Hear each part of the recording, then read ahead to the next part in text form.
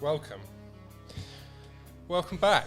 Thank you. It's good to be back. It's been a while. It has been a while. So we're episode 393 Oh. of the video show. Good. Regular guest. Hasn't been here for a while. Looks a bit tanned. Where you been? I've been to Florida, the Sunshine State. Every state's got a name, hasn't it? Yeah. I don't know what other ones are called.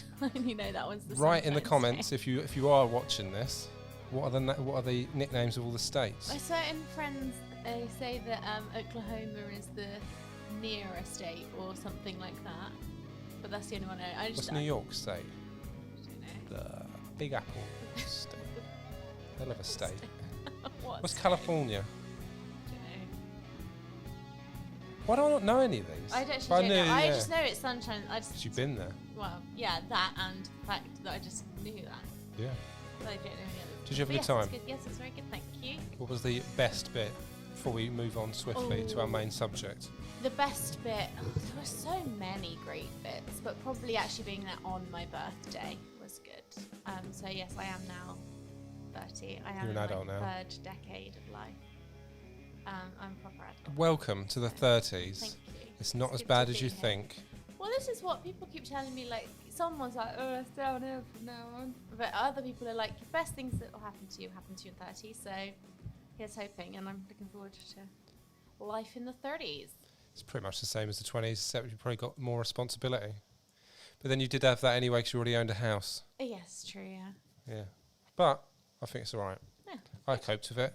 I'm sure you can as well. I'm sure I can. I'm sure I will. So we're here to discuss artificial intelligence, something I've talked about a lot on the video show over the past few months in various guises.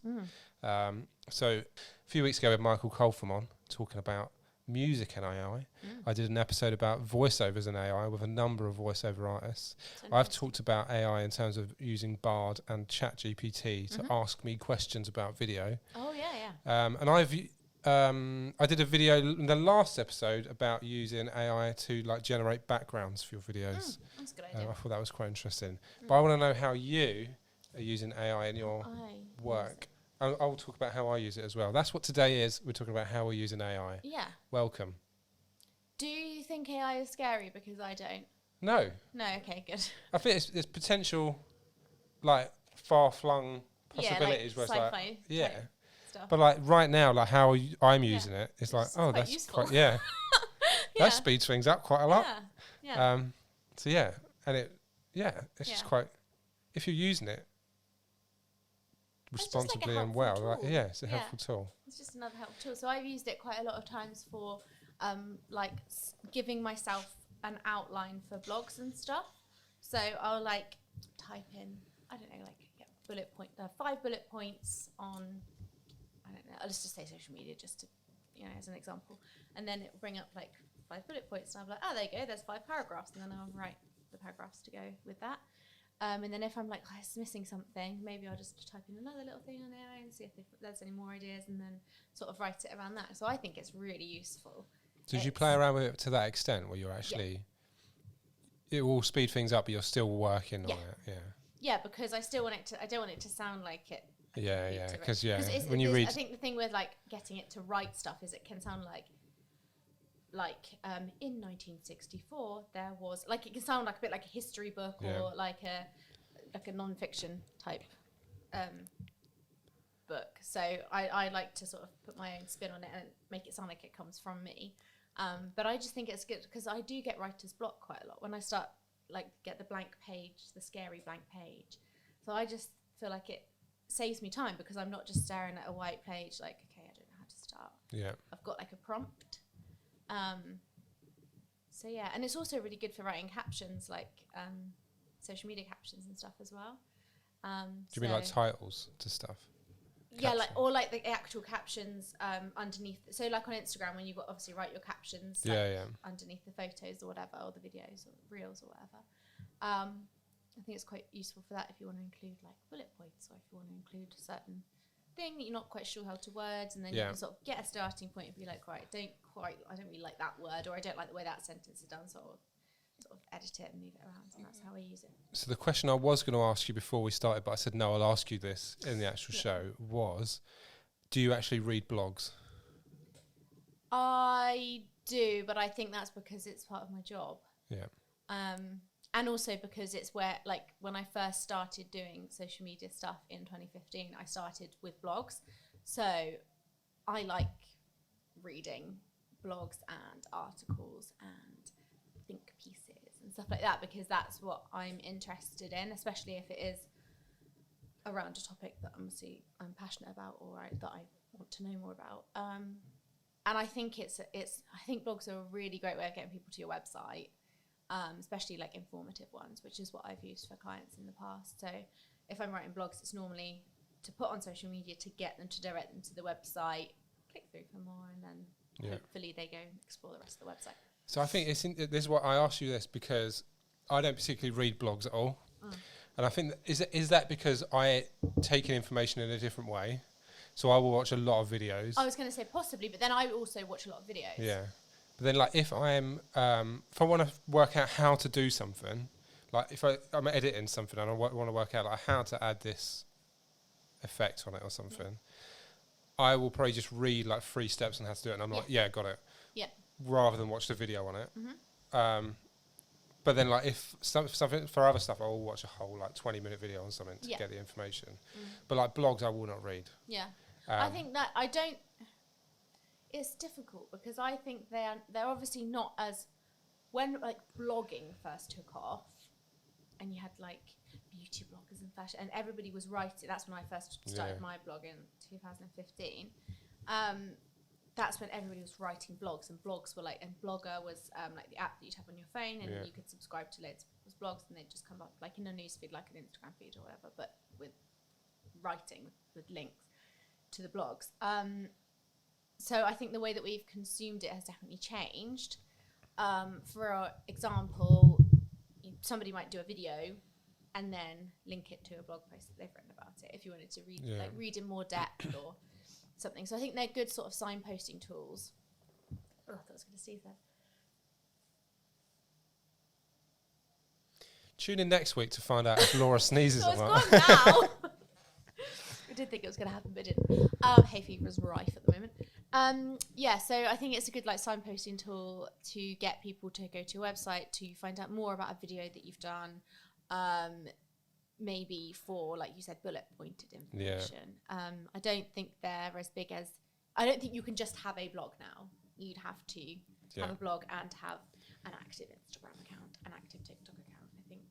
Because I think like this may be because people don't follow me to read my blog. But like when I've posted blog stuff, I'll put something in the middle to see if people are reading it. Like if they were reading it, they would comment because they'd be like, and I think I could write a blog and write like in the middle of it, willy willy bum bum, willy willy bum bum, and no one would comment on it. Yeah. But I think maybe that's because people don't subscribe to me to read my blogs. They want to watch the videos. So I think if I put willy willy bum bum in the middle of a video, they'd be like, what the hell's going on? Yeah, but I also think for you, I've just done that as well. I've realised. Yeah, you've done it inadvertently. Well done. For you, that blogs are kind of like we said before, like an extra thing. Like, and you were also putting them on LinkedIn, weren't you? It's like articles, which I think articles are still important. So I think people would see, oh yeah, Mark's posted that. Yeah. And it's like they wouldn't read it. It's just like, oh, Mark in the head, like. Yeah, it's just another avenue of content. Yeah. Okay. Is there any other ways you're using AI? Because I've got a whole list.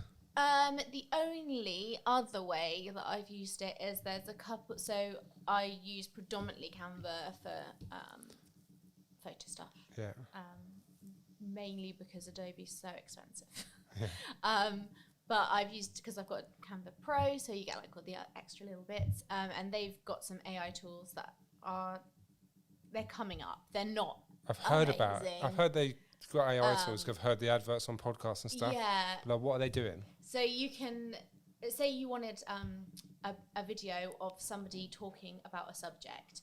You could pick one of their like talking heads, and then do an AI script about what you want them to talk about. It's not. It's got that sort of uncanny valley effect. Yeah. Okay.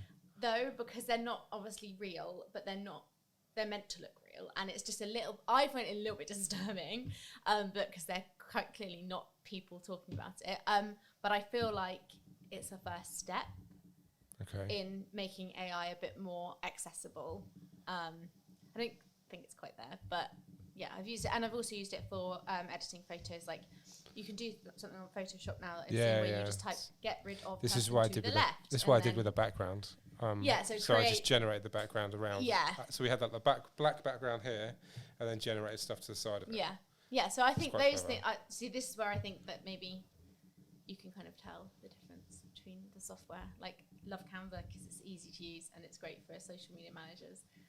But then obviously you can see that Photoshop's that little bit more further ahead, a little bit more developed.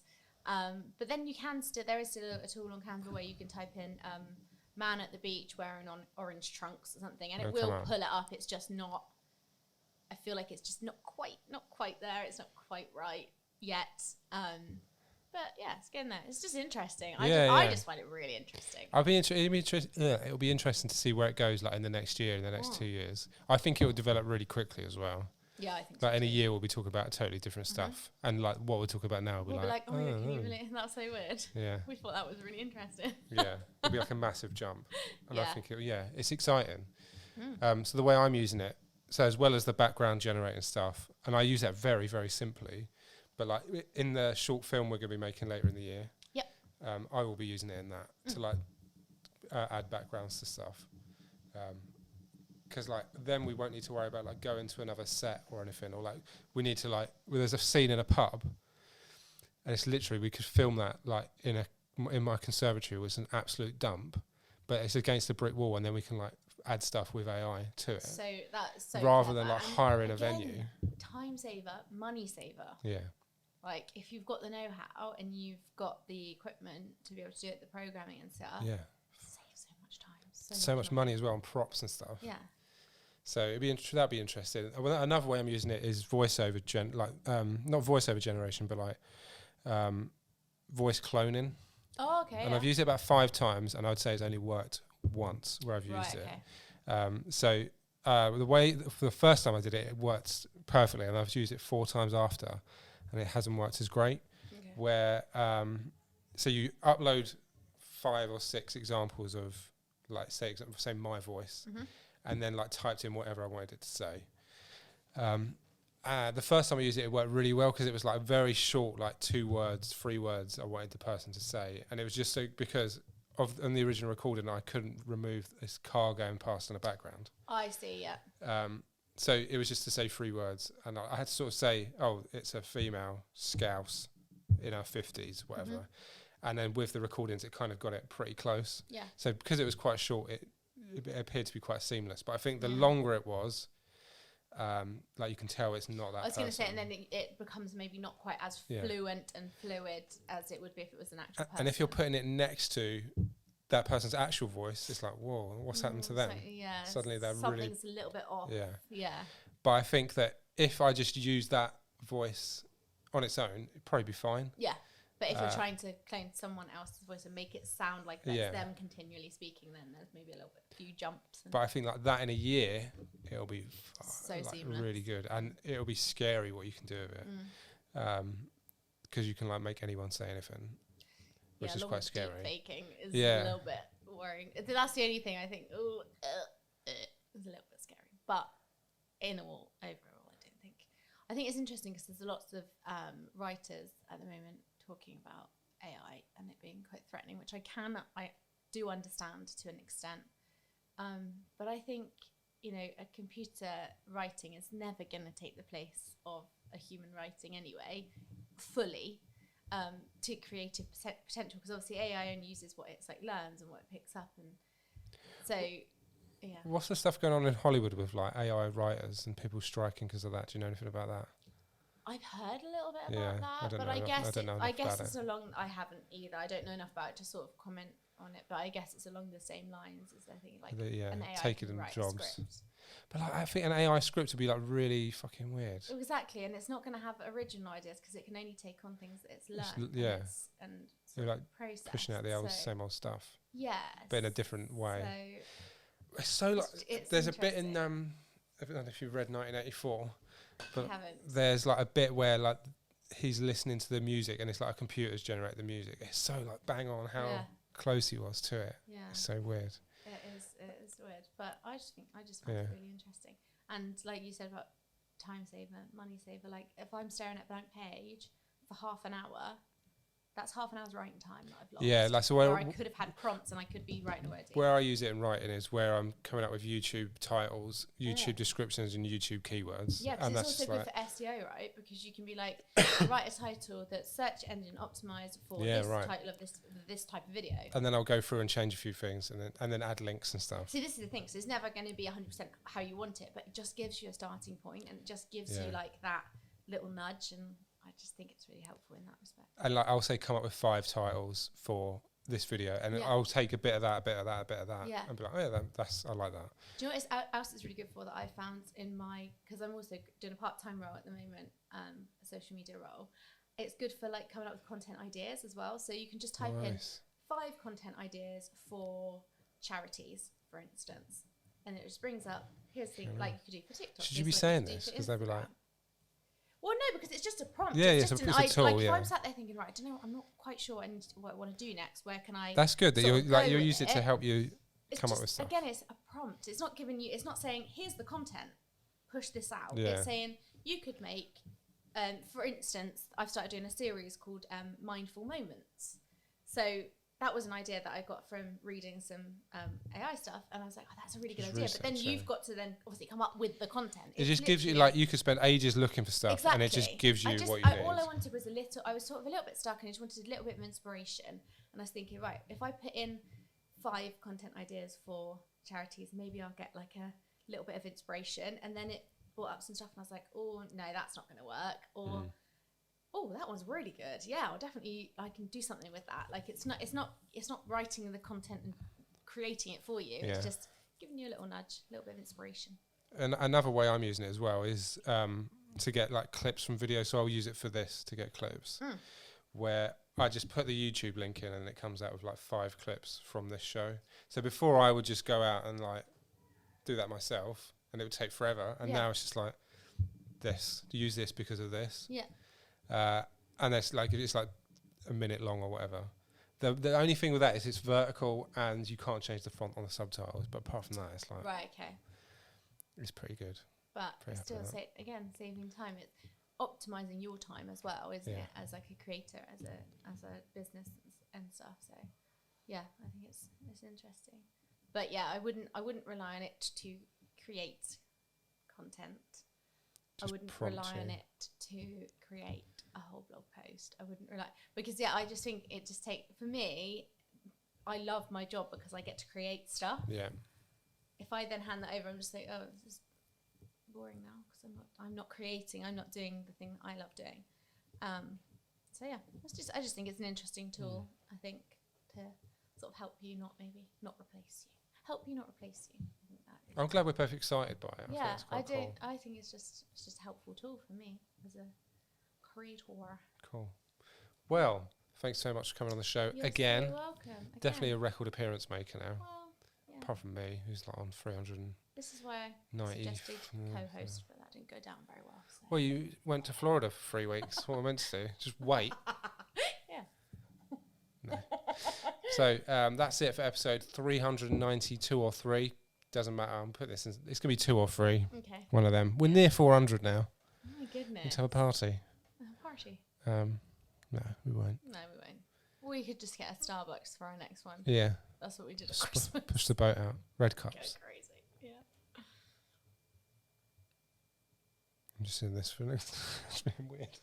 I thought you'd like malfunction. I was like, oh no, I'm going to have to. Oh no, I've had to take over as host. That's a shame. So yeah, thank you for coming on. And you're welcome. Thanks for having me again.